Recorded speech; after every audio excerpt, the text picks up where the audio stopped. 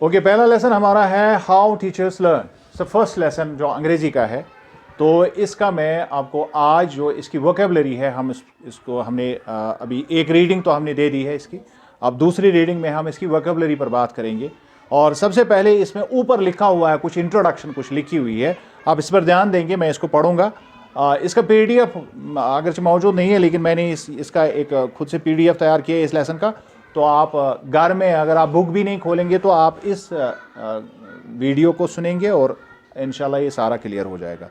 There can be no doubt about the fact that children are taught by their teachers. अब no doubt जब हम इस्तेमाल करते हैं, इसका मतलब है कोई शक नहीं। no doubt का मतलब क्या होता है? तो there can be no doubt का क्या मतलब हो गया? इसमें कोई शक नहीं है। बात समझ आई?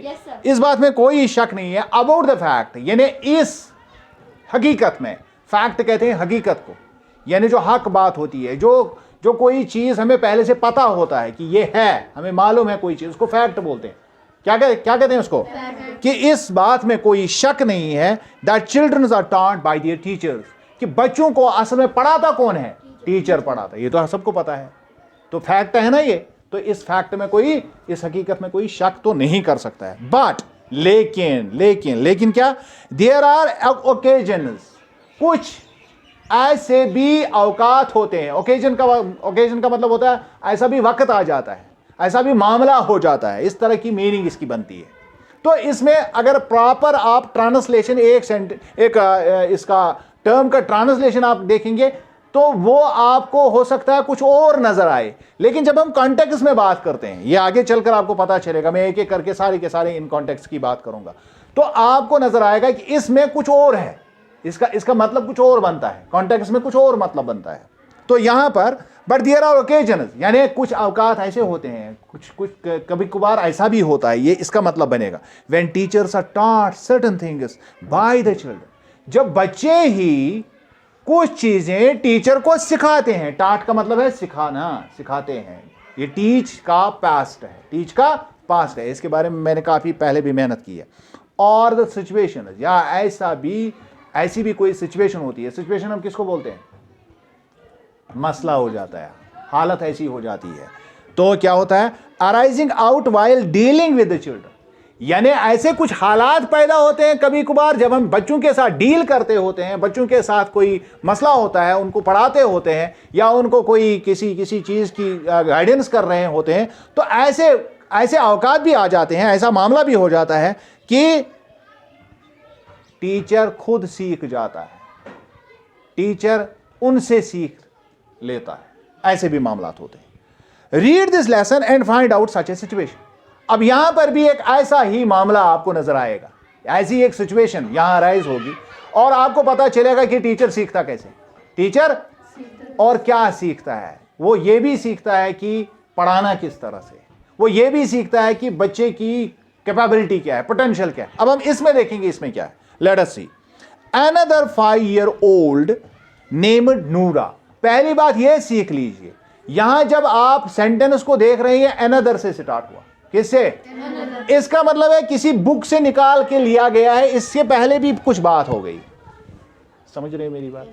तो थोड़ा मैं या कतरा में फिक्री में क्या हुआ, ये शु गसन स्टार्ट टू सेंटेंस गसन अनदर से, कम से अमुक मतलब गो अनदर गो ब्याख, एक और बच्चा। इसका मतलब है कि इसने पहले भी इनके बारे में बात की है, बच्चों के बारे में ही बात कर रहा है। तो इसका मतलब ये बुक जिसने भी लिखी है, ये बुक जिसने भी लिखी है, उसने बहुत सारी एग्जाम्पल्स को डिस्कस किया है पहले। अब यहां एक और एग्जाम्पल हमें बता रहा है, और ये एग्जाम्पल इस वजह से ज्यादा जरूरी हमारे लिए क्योंकि आपके साथ भी ये मसला है। इवन 8th के बच्चन तु यह मामला आसन, युस मामला यथ किताब मज आज डिस्कस करने यवन। हालांकि मेरी आदत ये नहीं है कि बहुत कशिर पे कम पहमत ये ऑडियो बनावन, वीडियो बनावन, तो उस वक्त मैं कश्मीरी में बहुत कम बात करता हूँ। लेकिन मैं समझता हूं कि आपको कहीं कहीं पर परेशानी होती है मेरी बातें समझने में, इस वजह से मैं इसको मल्टीलिंगुअल बनाऊंगा। कहीं पर अंग्रेजी होगा, कहीं पर उर्दू होगा, कहीं पर कश्मीरी होगा, ताकि आपको अच्छी तरह से समझ आ जाए। ओके? तो हाँ, कहीं पर अगर आपको बात समझ में ना आए उर्दू में, या कहीं पर अगर मैं सीधे अंग्रेजी में ही आपसे बात कर रहा हूं तो आपको समझ में नहीं आए, तो आप रोकेंगे मुझे, पूछेंगे सर यहां पर हमें बताइए और वाजे कीजिए, उसके लिए आप नहीं शर्माएंगे। तो सबसे पहले आप देखेंगे अनदर 5 ईयर ओल्ड, एक और 5 साला बच्चा, 5 ईयर ओल्ड। यहां 5 ईयर ओल्ड चाइल्ड नहीं लिखा हुआ है, बल्कि उसका नाम सीधे लिखा हुआ है, कामा डाल के आगे नाम लिखा हुआ है। समझ रहे हैं? जब हम किसी चीज को 2 मर्तबा जाहिर करते हैं एक ही सेंटेंस में, तो पहले जो हमने मेंशन किया है उसके बाद जो वाली बात हम मेंशन करते हैं उसको 2 कामाज में रखते हैं। ये आप याद रखिए। मिसाल मैं आपको बताऊंगा, आवर इंग्लिश टीचर, आपने कहा, आप ये जुमला बता रहे हैं मिसाल के तौर पर, आवर इंग्लिश टीचर। अब कौन है, आपको अंग्रेजी कौन पढ़ाता है? अब आप लिखेंगे सामने मंजूर सर। तो आपने इंग्लिश टीचर पहले मेरा तारुफ करा दिया, अब आगे आप और जोड़ रहे हैं, अब मेरा नाम भी लिख रहे हैं, लेकिन ये एक ही पर्सन है, बात एक ही शख्स की हो रही है। तो जो पहले वाला हिस्सा है उसके सामने आप, टीचर के सामने आप कामा लगाएंगे और फिर लिखेंगे मंजूर सर, फिर कामा लिखेंगे और आगे बात करेंगे। बात समझ आई? तो इसी तरह यहां पर हुआ है, क्या हुआ है? अनदर 5 ईयर ओल्ड, एक और 5 साल। मैंने कहा ये बच्चा हम कैसे समझेंगे, क्योंकि ये बच्चों के बारे में बात कर चुका है। अनदर यहां लिखा हुआ, ये कहता है एक और 5 साल का बच्चा। अब उसका नाम ले रहा है, नेम्ड नूरा। अब ये नाम उसने किस में रखा है? उसने किस में रखा है? 2 कामाज में रखा है, क्योंकि 2 मर्तबा उसने एक ही चीज को जाहिर किया है। ये सब्जेक्ट एक ही है, इसलिए इसको हम अलग अलग रखते हैं। ये एक ही सब्जेक्ट है, यानी 5 ईयर ओल्ड भी वही है, उसका नाम नूरा है, वो भी वही है। बात समझ आई? तो ये कामा से जाहिर होता है। इस तरह सीखते हैं पढ़ना। बुझुस तो इतने वानन, ये तो हेचुन छो आत्मा अंग्रेजी मज। बात समझ रहे हैं? कभी पढ़ी है मेरे से अंग्रेजी? नहीं पढ़ा है। चलो, taught me, तो असल में अब वहां से असल में ये सेंटेंस है। मैं अगर यहां छोड़ दूंगा, ये बीच में नूरा का नाम छोड़ दूंगा, तो इसका मतलब होगा, अब मैं कैसे पढ़ूंगा? Another 5 year old taught me, एक और 5 साला बच्चे ने मुझे सिखाया। ऊपर हमें इसने कहा है कि आपको यहां पता चलेगा कि टीचर ने किस तरह से बच्चे से सीखा। तो ये कह रहा है अनदर 5 ईयर ओल्ड, एक 5 साला बच्चा जो था, taught me, उसने मुझे सिखाया। अब बीच में कहा उसका नाम नूरा था, तो बात एक ही है ना। वो 5 साला कौन था? बच्चा था। बच्चे का नाम क्या था? नूरा था, तो वो कामाज में लगा दिया। अब बात करनी आएगी आगे चलकर। अब आप कहेंगे आवर हेडमास्टर, तो our headmaster is on leave. मिसाल, ये सेंटेंस है असल में, लेकिन अब अगर आप जाहिर करना चाहेंगे हेडमास्टर कौन है, तो अब आप कहेंगे our headmaster comma mister Bashir sir comma is on leave. बात एक ही है। 2 सब्जेक्ट हमने जाहिर किए, दोनों को अलग अलग रखा। सब्जेक्ट प्रेडिकेट में वो नहीं, तो एक ही प्रेडिकेट के अगर 2 सब्जेक्ट को एक ही मरतबा जाहिर किया जाए, पास पास में जाहिर किया जाए, ताकि उसका पूरा तारुफ हो जाए, तो उसके लिए हम ये स्ट्रक्चर लगाते हैं। कहा था या समझ? तम खतर से ये स्ट्रक्चर इस्तेमाल कर। Okay, taught me more about the things children do when teaching themselves to read. taught me, उसने मुझे सिखाया, उसने मुझे टीच से निकला है, टीच की पास्ट फॉर्म है। मोर अबाउट, और ज्यादा सिखाया। मोर अबाउट द थिंग्स, किन चीजों के बारे में? Children do when teaching themselves to read, जो बच्चे करते हैं जब वो अपने आप को पढ़ना सिखाते हैं। यानी बच्चे खुद मेहनत करते हैं ना, तो ऐसे वो मानन ये लेसन है तो पढ़ित, तो आप घर में कोशिश करते हैं, तो आपका एक अपना मेथड होता है। तो कत कोशिश करना, अकि मेथड सतन करन, ब्याक करन बे मेथड सतन। हर एक का हो सकता है अलग अलग हो, समझ रहे हैं? और टीचर एक अलग मेथड यूज करता है बच्चों को समझाने का, बच्चों को सिखाने का। लेकिन बच्चे कैसे खुद, जब वो सेल्फ टीचिंग करते हैं, जब वो अपने आप को सिखाते हैं, उस वक्त वो क्या करते हैं? मिसाल के तौर पर कोई आप में से अंडरलाइन करता है, कोई 2-3 मरतबा एक ही बात पढ़ता है, कोई उस चीज़ को छोड़ता है जो उसको नहीं आता है और आगे बढ़ता है। बहुत सारे तरीके हैं ना। तो आगे चलकर वो खुद ही कभी कभार ये समझ जाता है कि वहाँ क्या बात की गई थी, तो आगे चलकर उसको खुद ही पता चलता है। तो इसने उसको क्या सिखाया? The problems they met and the ways they solve और ट्राई टू सॉल्व देम। उसने मुझे यह सिखाया कि उनको जब कोई प्रॉब्लम का सामना, जब किसी मसले का सामना होता है, जब कोई मसला उनको दरपेश होता है, उसका वो हल कैसे निकालते हैं, ये उसने मुझे सिखाया। और क्या सिखाया? And the ways they solve और ट्राई टू सॉल्व देम। और ये भी सिखाया कि जब वो मसले को फेस करते हैं, उस मसले को हल फिर कैसे करते हैं, उस मसले को हल कैसे वो करते हैं, ये भी उसने मुझे सिखाया। I was visiting our family over A weekend. Weekend का मतलब होता है जब आप शनिचरवार को यथ बटवार वन, बटवार दो ये छुट्टी गसन दफ्तर, समझ यहां? याद रखना मैं क्या बोल रहा हूं। वीकेंड का वन आसान आतवार छुट्टी, आम पे समझन वीकेंड को आतवार, लेकिन आतवार को वीकेंड। वीकेंड किसको बोलते हैं? वीकेंड का मतलब होता है ये दफ्तरन छुट्टी गसन बटवार दो शाम पत खुलन तम चंद्रवार दो सुबह, समझ आवा? अत सरसी दरमियान असली आसान बड़ छुट्टी, यह जीठ छुट्टी आसान तरन फिक्र, वन पगह छुट्टी, असली कत पे छुट्टी स्टार्ट। यह बटवार 4 बजे पे या 5 बजे पे यम सात दफ्तर बंद गए, अत गई छुट्टी, अत गई छुट्टी स्टार्ट। कोतान वन छुट्टी? चंद्रवार दो 9 बजे या 10 बजे तान तो स्कूल वापस यीओ। अत सरसी छुट्टी वन वीकेंड। अब समझ, ये सारी छुट्टी क्या गई? याद रुदा? तो अब अगर मैं आपको बताऊंगा कि वीकेंड पर आपका प्रोग्राम क्या है, तो इसका मतलब है शनिचरवार को ही आप कोई डिसीजन ले लेंगे और उसके बाद जो है छुट्टी मनाएंगे। कब तक? मंडे की सुबह तक आपको छुट्टी है। लेकिन हमें यूजुअली क्या लगता है कि इसी सिर्फ आतवार ही होता है, आतवार ही होता, तो ये पूरी एक लंबी छुट्टी होती है, बहुत बड़ी छुट्टी होती है, इसको वीकेंड कहते हैं। क्या कहते हैं? यानी ये टीचर जो है डेफिनेटली कहीं पर जॉब करता था या ऐसे पनी नौकरी कर कुंजे, वहीं से मिस टाइम कम दो, यम दो बटवार दो छुट्टी गई, चंद्रवार सुबह तामत हो मिस अथ मज कोर प्लान कि बह गस युंद अमिस नूरा सुंद घर, नूरा सुंद घर। अब ये गया। दो आई हैड नॉट सीन नूरा since she was a small baby. हालांकि इससे पहले मैंने नूरा को नहीं देखा था, वो एक छोटी बच्ची थी, इसको मैंने पहले से नहीं देखा था।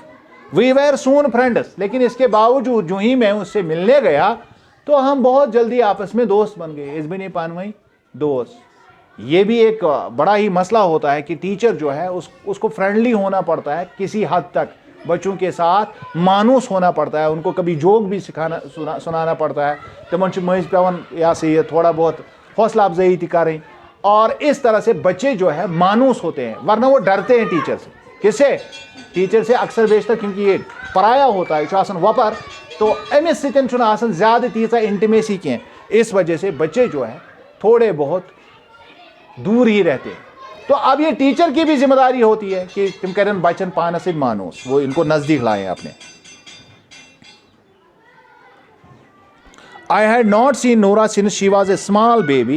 We were soon friends. Sometime during the day. अब दिन में कभी, ड्यूरिंग द डे यानी दिन के दौरान। ड्यूरिंग द डे का मतलब क्या होता है? दिन के दौरान। अगर हमें कहना होगा रात के दौरान तो क्या कहेंगे? During the night. अगर हम कहेंगे हफ्ते के दौरान, ड्यूरिंग द वीक। अगर हम कहेंगे साल के दौरान तो हम क्या कहेंगे? बात समझ आई कैसे इस्तेमाल होता है? तो ड्यूरिंग का मतलब है कि इस दौरान, एक दौरानिया होता है, पीरियड होता है, तो उसको हम ड्यूरिंग कहते हैं। क्या कहते हैं? ड्यूरिंग। तो इस बीच क्या हुआ? Some times during the day, किसी वक्त दिन में, इस दौरान क्या हुआ?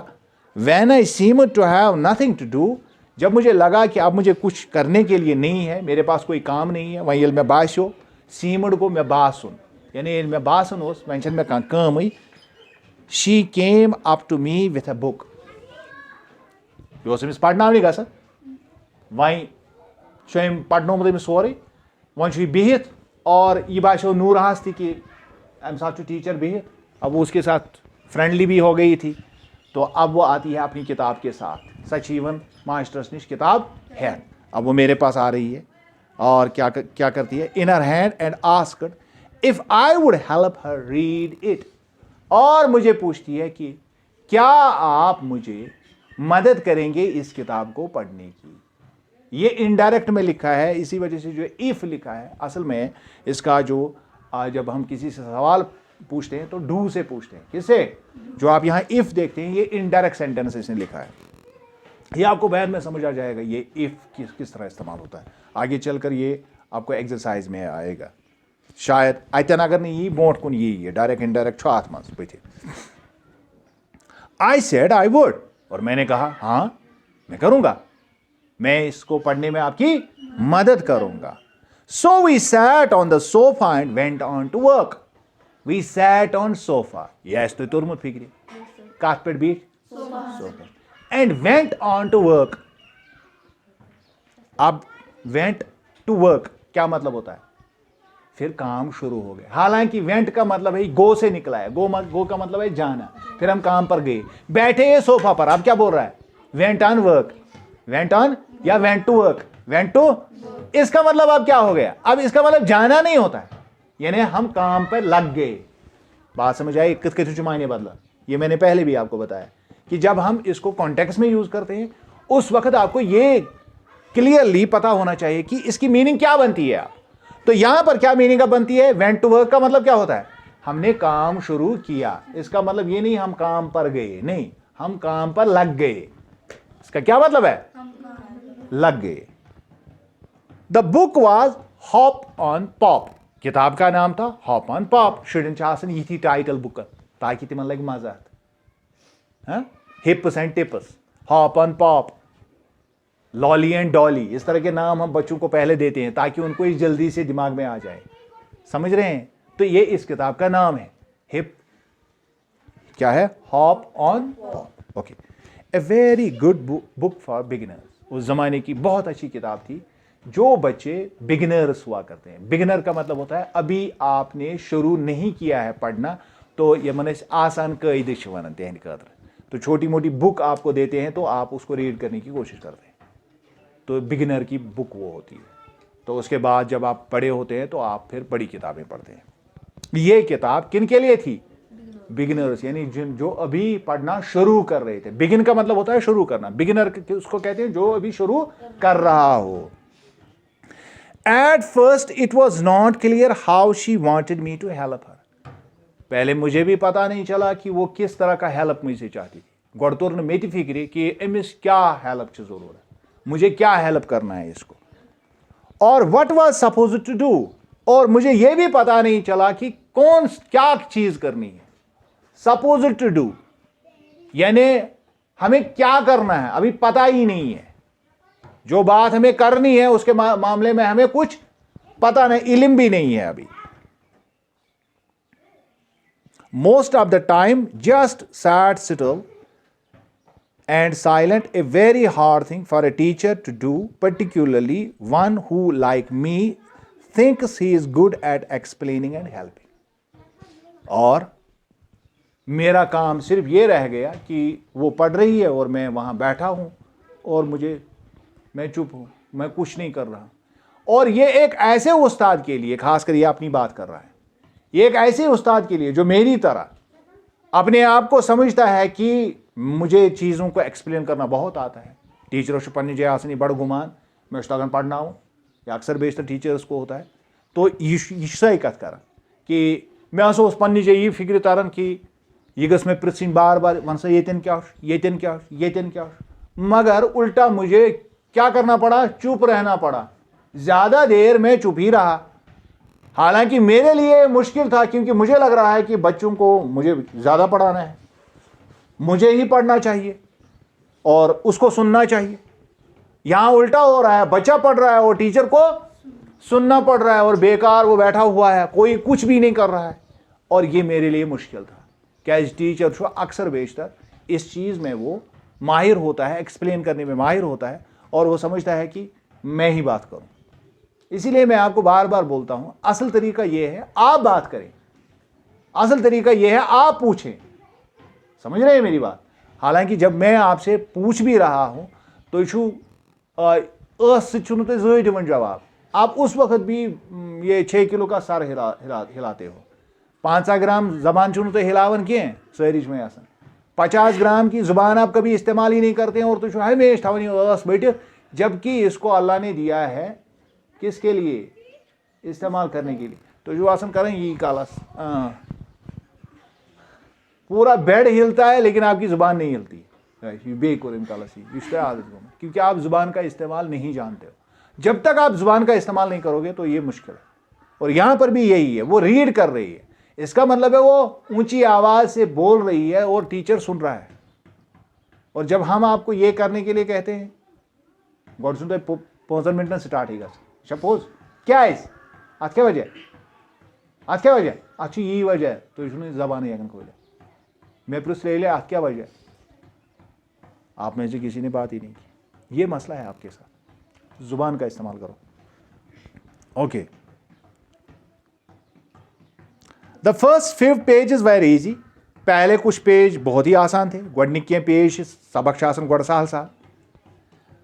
Then she began to meet more words that she did not know. उसके बाद वो ऐसे अल्फाज उसने देखे, या मीट का मतलब मिलना नहीं है, अल्फाज उसे मिलना नहीं है, उनको मिलने नहीं जाते। यहाँ इसका मतलब क्या हो गया, मीट का मतलब क्या हो गया, उसके सामने ऐसे अल्फाज आए, इसका मतलब क्या हो गया, आगे चलकर उसके सामने ऐसे अल्फाज आए that she did not no, जिनको वो जानती ही नहीं थी। यहां मीट से मुराद इसी वजह से है। ये मैंने आपको एक मरतबा कहा था कि ये तो कहीं समखन छु गाड़ मज पाछू तो तमिस अगर तो तमिस खर पाठ करो तेज रोज तम सुन बहुत याद। फिर दोस्ती तो तब होगी जब आप उसके घर जाओगे, वो आपके घर आएगा। वरना आप हजारों लोगों को बस में देखते हो तो आप थोड़ी ही अगले दिन उनको पहचानोगे नहीं। यही बुक के साथ होता है, किताब में हजारों अल्फाज होते हैं, इनके साथ दोस्ती करने का मतलब है इनको पढ़ेंगे आप, इनसे बात करेंगे। ये है VISUAL विजुअल, FORM फ्रॉम। जब आप थोड़ी देर इसके साथ लगे रहेंगे तो इससे थोड़ी जान पहचान होगी। अगले दिन आपको ये समझ आएगा ये वही लफ्ज़ है। बात समझ रहे हैं मेरी? तो जब ये अगले दिन होगा फिर आप दूसरे दिन फिर इसको देखोगे, तीसरे दिन फिर तो ये भूलेगा नहीं। समझ चाहिए मन? ओके, यही तरीका है। बाकी छुना कह तरीक अत दई खर लगन पार थो याद, अत वजीफ लगन अम वर अत ये वजीफ पढ़ पढ़न अकुई वजीफ सह गो पढ़।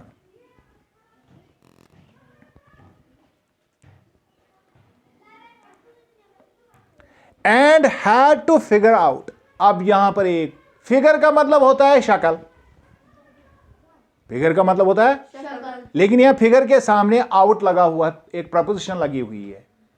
अब ये जो है इसको हम कहते ही हैं, ये अमेरिकन फिगर ऑफ स्पीच है। यानी अमेरिकन एक्सेंट में लोग जो बात करते हैं, अल्फाज वो कुछ इस्तेमाल करते हैं, मेमोनी बढ़ती है, अल्फाज इसमें कुछ और होते हैं लेकिन इसका मतलब कुछ और होता है।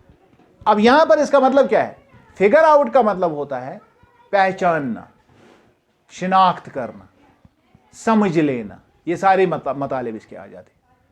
यानी ये तमिस नो वर्ड यवन ओस यह अत कोशिश कर हैड टू फिगर आउट, उसको इसको पहचानना पड़ता था और समझना पड़ता था, ध्यान दे के इस पर गौर करना पड़ता था। यह फिगर आउट का मतलब बनता है।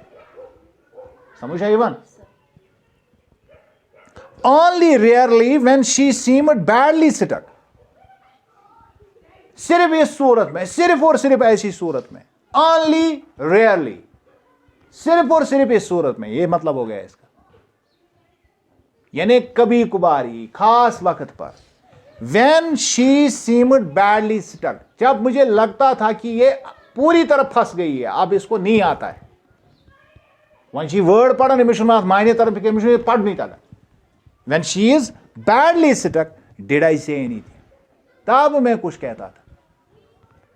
यानी इल्म बासन ओस वह कहीं वथन अतन अत वर्डस पे फसे यह पूर, तम सात बह कत कर, तम सात बह कत कर। Even then I don't tell her the word, उस वक्त भी मैं उसको लफ्ज नहीं बोलता था। बह अमिस लफ्ज वन सोदे यह कुछ लफ्ज अद क्या कर, only suggested how she might figure it out। सिर्फ मैं उसको समझाने की कोशिश करता था कि उसकी समझ में ये खुद से कैसे आ सकता है। वो उसमें तिम तरीक वनान कि च कत कत करक ये अंडरस्टैंड ये वर्ड क्या। तो मैं वो तरीकों पर बात करता था। वो सीधे नहीं बोलता था मैं उस लफ्ज़ का माने या उस लफ्ज़ को पढ़ना मैं नहीं सिखाता था। मिसाल के तौर पर कट वो पढ़ना जानती है, लेकिन आगे लफ्ज़ आया कटिंग, तो आप ये कटिंग नहीं पढ़ सकती है। अब मैं उसको सिखा रहा हूं। देखिए कट कैसे आपने पढ़ा और यहां आपने किंग पढ़ा था, समझ रहे हैं। अब ये कट और किंग इसमें क्या एक जैसा है, और अब आप यहां कटिंग जो पढ़नी है, अब ये लफ्ज़ देखो तो वो खुद से फिगर आउट करती है। बात समझ आई? फिगर आउट करना क्या होता है, यानी खुद से अंदाज़ा लगाती थी, खुद को खुद से जांचती थी, और उसके बाद उसको पता चलता था कि मुझे क्या करना है। If she still couldn't get the word, अब फिर भी अगर उसको लफ्ज समझ में, गेट का मतलब होता है समझना। अगर मैं आपसे कहूंगा डू यू गेट इट, मैं आपको ये नहीं कह रहा हूं कि कोई चीज मुझे लाके दो, मैं कह रहा हूं क्या आपको समझ आ रहा है। गेट बहुत सारे मीनिंग देता है। इस वजह से अंग्रेजी में बहुत मेहनत करनी पड़ती है ये अल्फाज सीखने में, खासकर ये फिगर ऑफ स्पीच सीखने में काफ़ी ज़्यादा टाइम सर्व करना पड़ता है। इसी वजह से मैं धीरे धीरे पढ़ा रहा हूं आपको। If she still couldn't get the word, अगर वो फिर भी इस वर्ड को ना समझती, उसकी समझ में ना आता, I told her to skip it and go ahead, मैं उसको बोलता था कोई बात नहीं, इसको छोड़ो आगे चढ़ो, इस लफ्ज को छोड़ो। मैं पढ़ा सकता था उसको, लेकिन मैं पढ़ाता नहीं था। मैं उसको बोलता था इस लफ्ज को यहीं पर छोड़ दो, तुम आगे बढ़ो, यहां रुको मत, आगे पढ़ो। आपने देखा होगा, मैं अक्सर बेशतर कहता हूं, हाँ आगे चलो चलो चलो बढ़ो आगे। तो ये आगे बढ़ने से क्या होता है, आगे चलकर हो सकता है आप ये खुद ही फिगर आउट करें, तो बताने की जरूरत नहीं है। लेकिन बता के आपको जो याद रहता है उसमें चांसेस भूल जाने के होते हैं, लेकिन जब फिगर आउट आदमी खुद करता है उसमें बहुत कम चांसेस होते हैं भूल जाने के। इस वजह से ये टेक्निक बहुत जरूरी है। तो यही सीख रहा है teacher.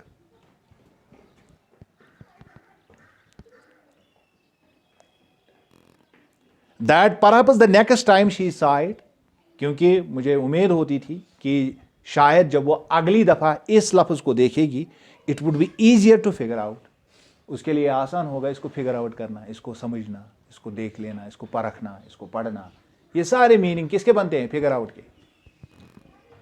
Most of the time she went ahead, और ज्यादा अवकात वो आगे बढ़ती थी। वेंट अहेड का मतलब क्या होता है, आगे बढ़ना।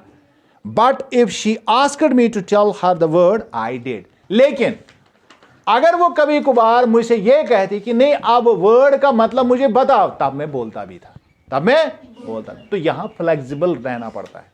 तो यहां तक हमने आज पढ़ा। घर में आप इसको फिर से अच्छी तरह से पढ़ के आएंगे, और ये वाला हिस्सा जो है 30 मिनट का है, इसको आप घर में अच्छी तरह से पढ़ेंगे, और कल जो भी इसके बारे में पहले बात करेंगे, फिर आगे वाला हिस्सा पढ़ेंगे। यहाँ गए आसनी जे 33 पे याद थी, अमिक मीनिंग थी, इसकी जो वोकैबुलरी है वो भी याद होनी चाहिए। क्लियर? और योताम ओतामत करियो तुम काम, इसको आप पेज पर भी लिखोगे। यसान अत पे यसान अस पढ़, यह लिखियो तुम घर रफस पे। ठीक है? सुबह मैं चेक करूँगा। Thanks a lot.